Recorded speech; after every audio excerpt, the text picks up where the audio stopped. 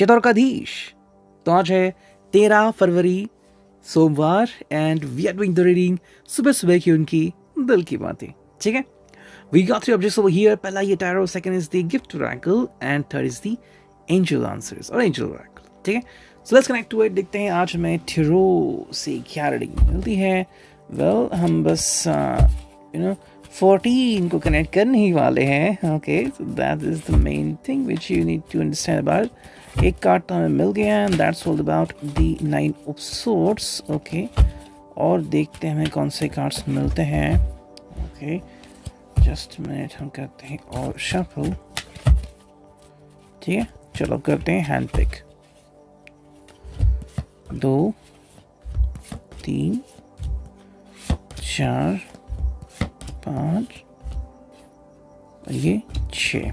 ठीक है, तो हमें 6 कार्ड्स मिले हैं। ये रखता हूँ मैं थोड़ा सा साइड में so that we could have space. ठीक है, तो ये जो 6 कार्ड है उनमें से क्या है वो देखते हैं। Okay, I will just put it like this way. 3 of wands. ठीक है, ये हमारा पहला कार्ड।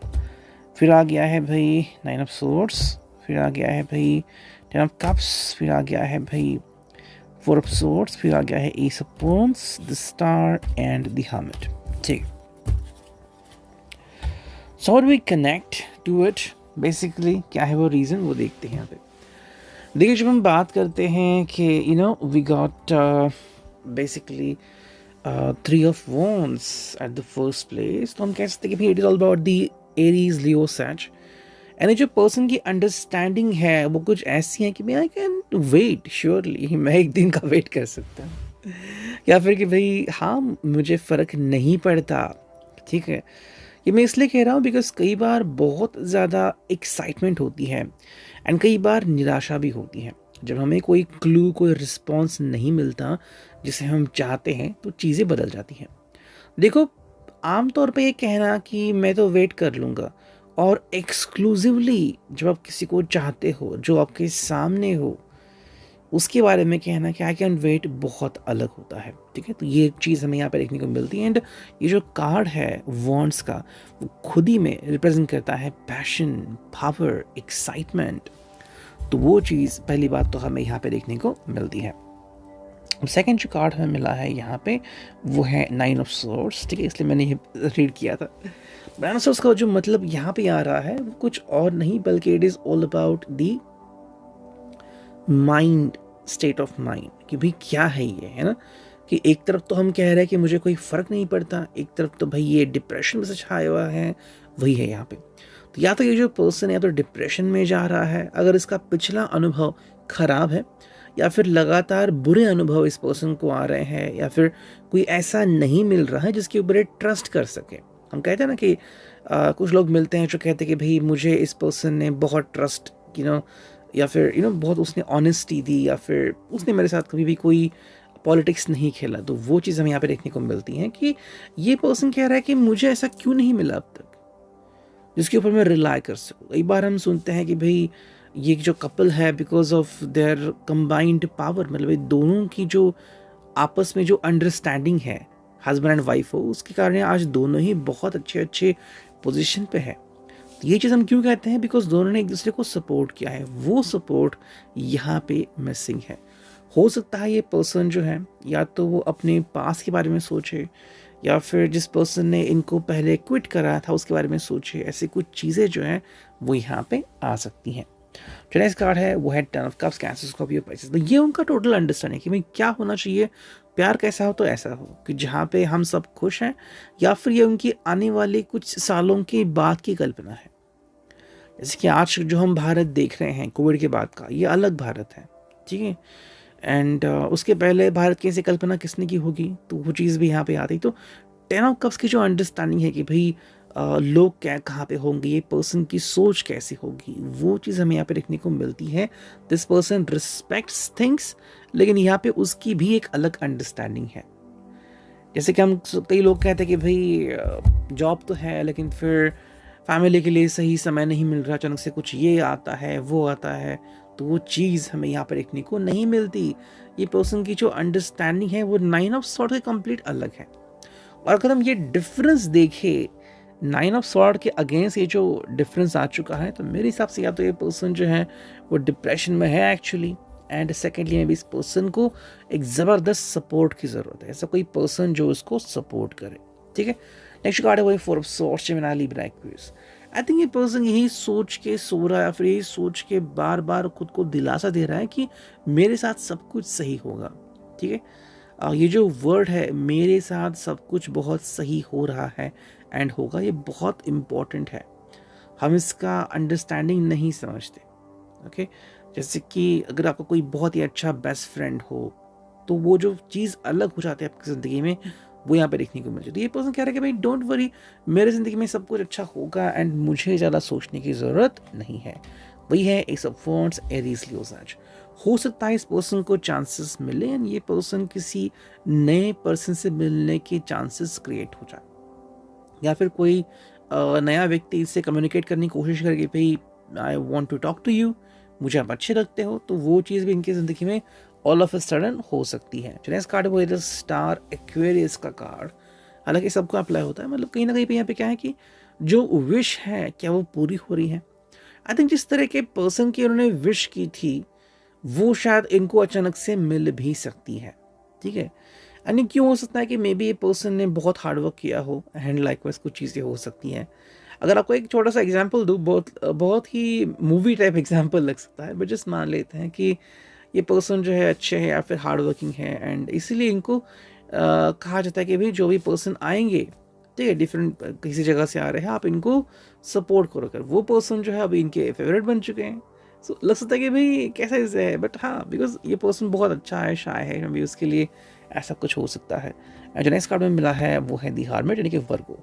अगर हम इस कार्ड को देखें तो हो सकता है यहाँ पे तो वर्गो का जो मूड है, यहाँ पे हमें चिंता का मूड भी दिखाई देते हैं, फिर आत्म रिस्पेक्ट करने का एंड यू नो, तो यहाँ पे चीज़ें हैं कि क्या ये पर्सन एग्जैक्टली अपनी चाहत को मिल पाया है या फिर नहीं, वो तो भाई अलग अलग तरीके होंगे। मैं जैसे मैं आपको बताता हूँ, ठीक है, ज़िंदगी में हम जो हमेशा चाहते हैं ऐसा हो, ऐसा ज़रूरी नहीं है। तो कई बार चीज़ें ऐसे भी होती हैं कि हमें all of a sudden you know कई बार हमारे एक्सपेक्टेशंस जो है उससे भी कई गुना ज़्यादा अच्छी चीज़ें हमारे साथ हो जाते हैं। उसके लिए क्या इंपॉर्टेंट है, शांत रहना। उसमें भी ये उनका एक फल हो सकता है कि जो उनको शायद कल मिले because of their good behaviour. ठीक है, वही अब देखते हैं गिफ्ट ओरेकल से हमें क्या रीडिंग मिलती है। चलो करते हैं कार्ड्स की शफलिंग, देखते हैं आज हमें कौन से कार्ड्स मिलते हैं। चलो भाई चुनते हैं कुछ कार्ड्स, 1, फिर आ गया 2, फिर आ गया 3 एंड ये आ गया 4। ठीक है, देखते हैं 4 कार्ड्स क्या है। पहला है celebration, then we got heavy burdens, we got a message, we got happy endings. देखो सबसे पहला जो कार्ड है इनके लिए वो है सेलिब्रेशन, मतलब ये पर्सन जो है एक्चुअली सेलिब्रेट कर सकता है या फिर करना चाहिए। क्यों? क्योंकि शायद ये पर्सन पहली बात तो जेन्युइन एफर्ट्स कर रहा है, सेकेंडली या तो उसको पता है कि उसकी इच्छाएं पूरी हो रही है। हमें गिटारो मिला जिसमें 10 ऑफ कप्स में मिला, यू नो एक्वेरियस कार्ड में मिला कि भाई सब कुछ सही हो रहा है। हार्मिट कह रहा है कि भाई डोंट वरी, तो वो चीज़ हमें यहाँ पे देखने को मिल रही है। साथ में साथ में जो सेकंड कार्ड है वो है हैवी बर्डन्स। इसका मतलब है कि अगर आपके दिल में कोई अगर बहुत बड़ा जज्बात है जो आपको तकलीफ पहुँच रहा है, उसको दूर करो। कई बार ऐसा होता है ना, आई थिंक मैंने शायद ये कोई वीडियो या शॉर्ट देखा था on YouTube, I don't remember. वहाँ पे आई थिंक कहा गया था कि जब सारा देश दिवाली मनाता है then there is a space, there is a place in Dakshin Bharat जहाँ के लोग यू नो दिवाली नहीं मनाते because I think Tipu Sultan ने वहाँ के लोगों को उस दिन मारा था। ठीक है, तो ये जो एक अंडरस्टैंडिंग है कि जो वहाँ पे हुई थी बिकॉज दैट वो नहीं मनाते दिवाली, वो उनके लिए बहुत अलग है। जैसे कि सेम होता है कि मान लो किसी कोई व्यक्ति जो है वो अपनी किसी पेरेंट को अगर दिवाली के समय खो दे तो वो दिवाली उस वक्त के लिए नहीं मना सकता। Okay, so I think that is the main thing. अगर ऐसा कोई अगर हेवी मैसेज है, हेवी बर्डन है उनके लिए, तो आई थिंक वो चीज़ जो है वो काफ़ी डिफ़िकल्ट हो जाती है। लेकिन ये जो बर्डन है जल्द ही उनके दिल से निकल जानी चाहिए, because I think there is a message coming. शायद जो पर्सन उनकी ज़िंदगी में आ रहा है वो इनको कोई मैसेज देना चाहता है, या फिर वो पर्सन चाहता है कि ऐसा कोई उनकी ज़िंदगी में आए जो कि लिटरली उनको अंडरस्टैंड करे। उनके हिसाब से शायद ये पर्सन जो है वो इनको अंडरस्टैंड कर सकते हैं। ठीक है, that is the main thing. जो फोर्थ कार्ड है वो है हैप्पी एंडिंग। आई थिंक हम कह सकते हैं कि जो आने वाला कल है इनके लिए काफ़ी सही हो सकता है। हैप्पी एंडिंग, देखो हैप्पी एंडिंग तो हम क्या कहते हैं कि भाई जो अगर हमारे मुताबिक हो तो हैप्पी एंडिंग, ओके लेकिन इसमें भी अलग अलग चीज़ें हैं। किसी हिसाब से अगर हीरो से हो गया फिल्म में तो हैप्पी एंडिंग हो गई, या फिर अच्छा मैसेज दे गया तो हैप्पी एंडिंग हो गई। तो यहाँ पे इस पर्सन के लिए क्या हैप्पी एंडिंग हो सकती है, we can just think about it. ठीक है, ये हमारा एक अंडरस्टैंडिंग है जो हम कर सकते हैं। अब देखते हैं फाइनली एंजेलिक का मैसेज और एंजेलिक आंसर। चुनते हैं सिर्फ 2 कार्ड, ये आ गया पहला कार्ड एंड ये आ गया दूसरा कार्ड। ठीक है, जो मैसेज है वो देखते हैं। देखो पहला जो कार्ड है वो with in the next few months. तो ये जो एक कार्ड है, अगर ये किसी सीरियस रिलेशनशिप के बारे में सोच रहे हैं या फिर कोई सीरियस पक्का आंसर, जैसे कि हो सकता है कि इसको बहुत से लोगों को अपना मिल भी जाए, dream person, dream partner, dream job, whatever.